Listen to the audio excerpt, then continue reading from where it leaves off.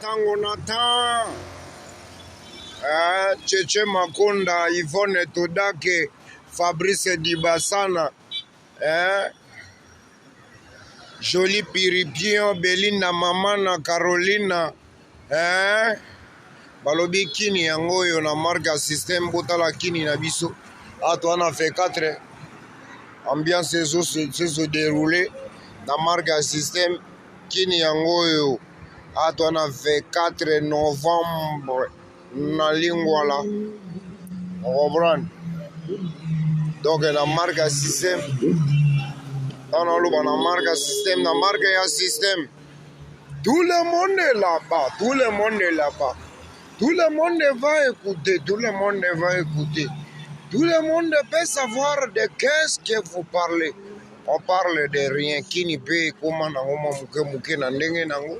on développe les choses d'une façon, d'une manière, d'une façon. Donc, système et à quoi qu'on dit là. Système et à quoi qu'on dit là, tous les baliers beaux. Tous les baliers beaux,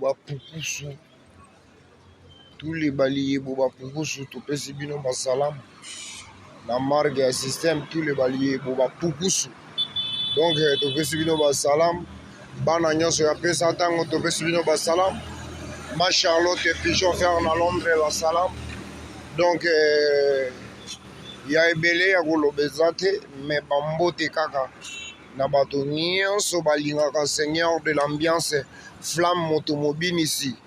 Beaucoup melanga na WhatsApp et kosalanga moi bien.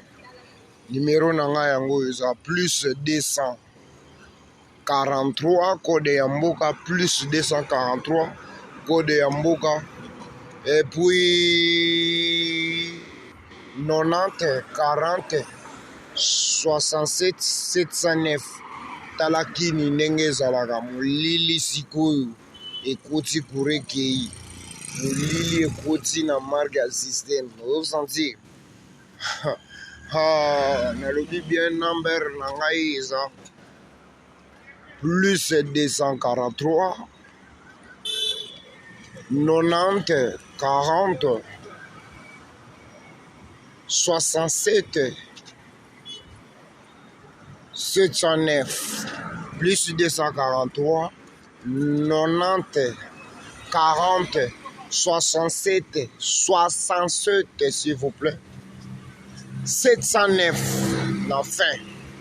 Voilà, soki olingi okomela ngai okomeli ngai et osalanga bien moi ba remerciement ba félicitations esalaka moi bien moni kini yindaka molili sikoyo ekoti donc nazwi kaka image na marque ya système ke nabimisa tshombo nazwa image mais na okamwa nazwa image na courant mpe ekei donc kini yango oyo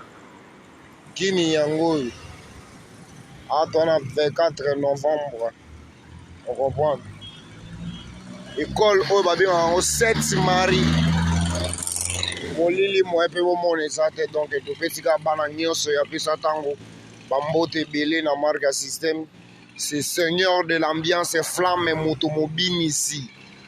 Je dis bien seigneur de l'ambiance flamme automobile ici. Otia tembe te po nzambe akosepela te po eza makambo ya nzambe. Koyoka mpe jaloux te po nzambe akosepela te eza makambo ya nzambe.